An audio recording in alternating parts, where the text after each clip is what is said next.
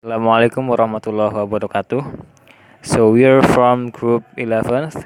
We'll present you about the material we've discussed before is about language and attitudes. But before we start the presentation, let me introduce the member of our group.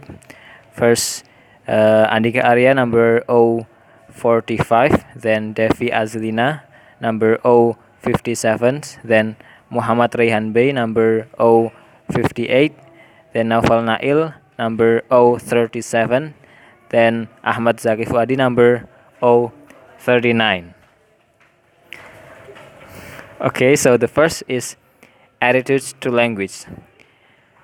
The definition is language attitudes are actually the feelings people have about their own language or the language of others, and further defined as an individual's psychological constructions regarding their own language and or the language to others. What are language attitudes? Here's some examples. Women talk too much. Children can't speak or write properly anymore. Black children are verbally deprived. They speak really bad English down south and in New York City. Everyone has an accent except me. Next is overt prestige and covert practice. What is prestige? Prestige can be said to be 1. The level of respect at which one is regarded by others standing. Second, a person's high standing among others, honor or esteem. Third, widely recognized prominence, distinction, or importance. Over prestige mean open to review or observable. If someone uses overt prestige, they put on an accent that is generally widely recognized as being used within culturally dominant group. In England, this would be RP, so putting on a more posh accent than their original one would be using overt prestige to fit with the dominant group. This is the traditional definition, although with the rise of other accents such as Estuary English it may be questioned. Covert prestige means concealed or secret. Covert prestige is the opposite as covert means secret. Therefore, it means to be put on accents to show membership to an exclusive community in the area rather than to fit with the dominant cultural group.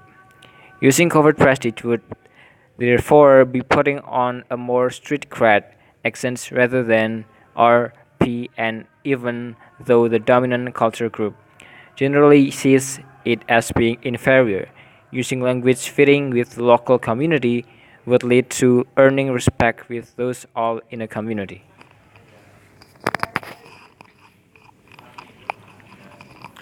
And then the next material is standardization and RP. The first one is standardization. Standardizations occur when features, a dominant variety, are established and maintained. This happens naturally through language contact with speakers of different accents and dialects. And the second one is RP, or received pronunciation. RP is the most commonly accepted or standard form of pronunciation, the standard, most regionally neutral form of spoken British English, traditionally based on educated speech in southern England. And the third one is vernacular. Vernacular is the language of a particular group, profession, region, or country, especially as spoken rather than formally written.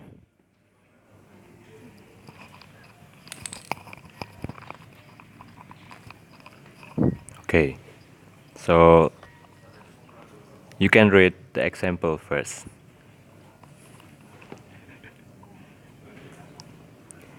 Consequently, criticism of AAV has been well documented by sociologists for decades. As the example indicates, critics typically assume that AAV use indicates ignorance rather than choice. Given the minuscule sound difference between ask and ax, and the lack of logic in arguing for a particular pronunciation on the basis of a written form, it is ironic that ask has been a particularly frequent focus of command.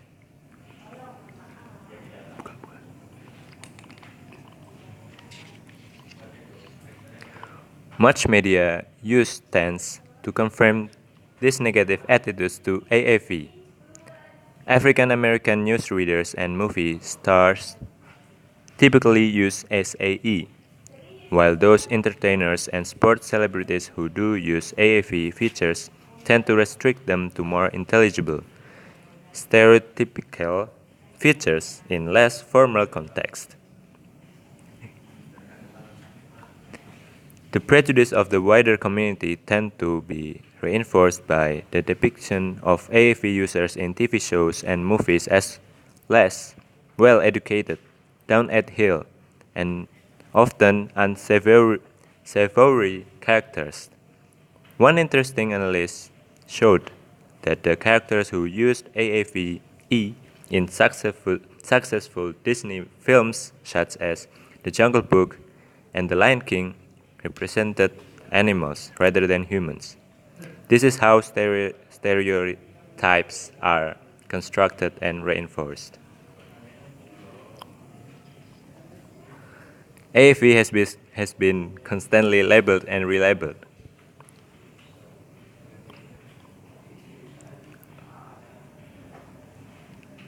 The term ebonics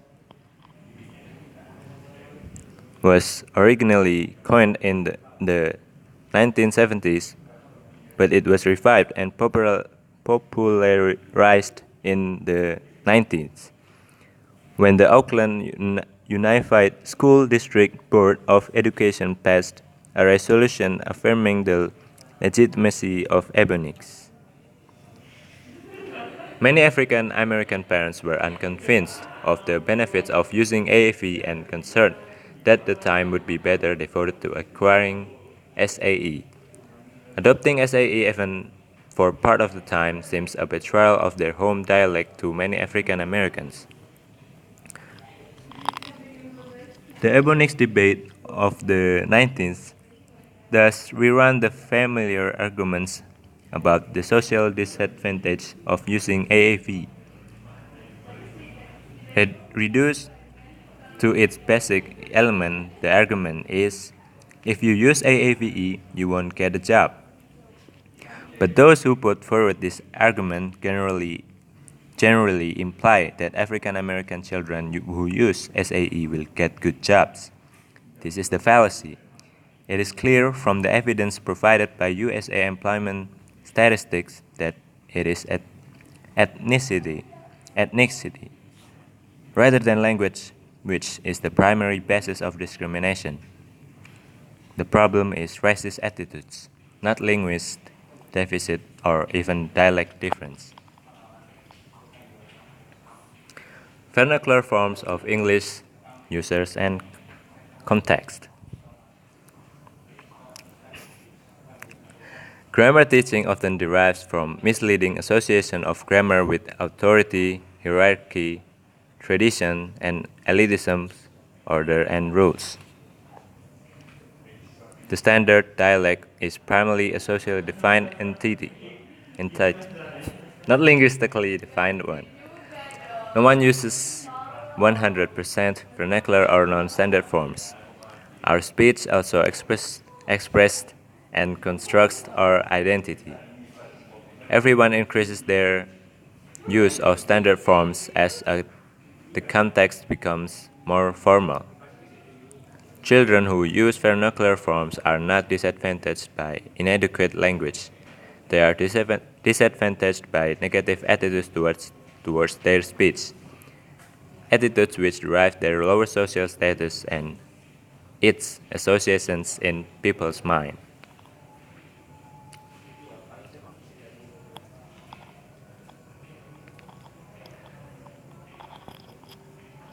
Next is methodology.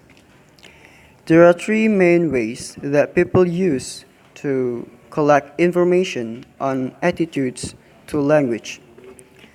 First is societal treatment. Sociolinguists can infer attitudes by observing the way language is used in the public domain. This is a method of collecting data, and a wide variety of materials can be used for this purpose. People regularly express views about language issues on radio, TV, internet, and in press. Next is direct measures. Sociolinguists can ask direct questions about people's attitude to particular languages or language varieties or even linguistic features. The major disadvantages of such direct approach is to collecting information about attitude is that people may not reveal their true attitudes. Clearly, the age, gender, and social background of interviewer may also influence people's responses. The third is indirect measures. The third way of collecting data on language attitudes is to use an indirect measures which elicits the respondents' attitudes without making them feel self-conscious or embarrassed. This method is called match guise. Next, we're going to explain about vernacular dialects and educational disadvantages. So, there's a claim that children who use vernacular forms are linguistically deprived or deficient. And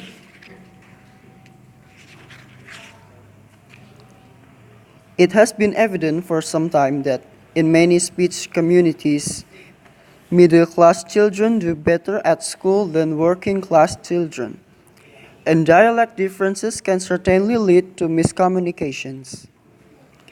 For example, in example 12 in Holmes' book, page 424, Moira Lewis was 8 years old, and her friend were facing the same problem in school because of her dialects or vernacular language, and they have to take a special class or program in order to get a better education.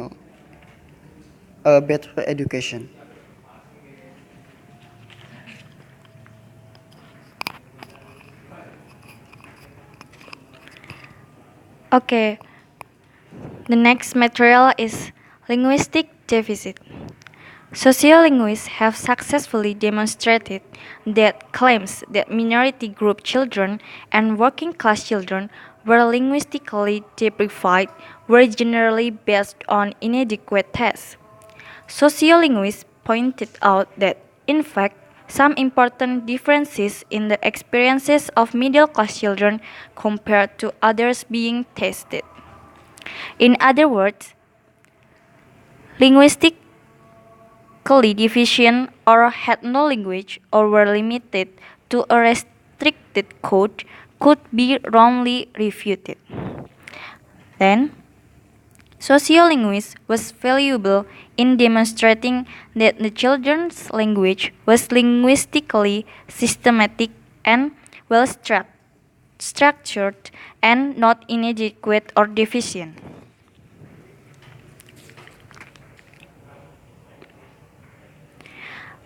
For example, the question, "Tell me everything you can about this picture."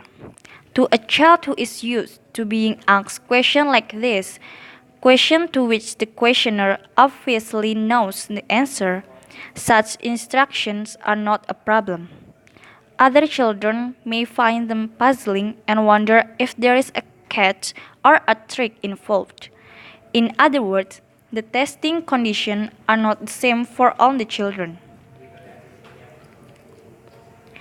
Then we will move to the next material. It is sociolinguistics and forensic linguistics. Forensic linguistics work in a very wide range of social contexts.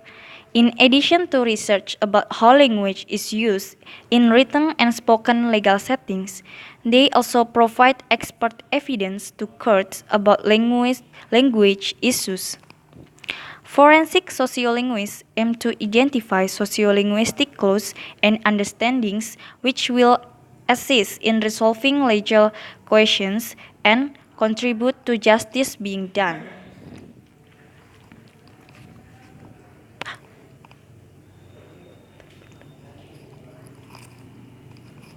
Forensic linguists examine every level of linguistic analysis.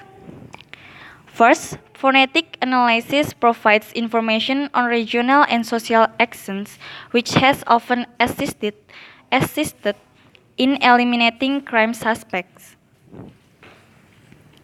For example, a British dialectologist was able to accurately identify the Sunderland accent on a hoax tape sent to the police by someone who claimed to be the infamous serial killer known as the Yorkshire Ripper. The second, lexical evidence has been used to demonstrate the likelihood of plagiarism. For example, linguists helped in addressing some of the controversies surrounding the source of the materials in the Da Vinci Code. Then, sociolinguists have also assisted in identifying characteristics of the likely author of less public texts, such as anonymous threatening letters. The third, grammatical evidence has supported claims that a text written to explain procedures was incomprehensible, thus excusing an error which had serious consequences. For example,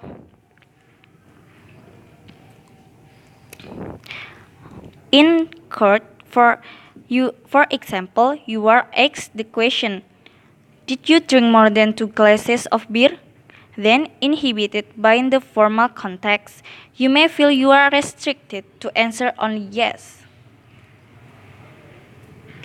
Then, the fourth, look at the example. It is about prosecution lawyer and accused.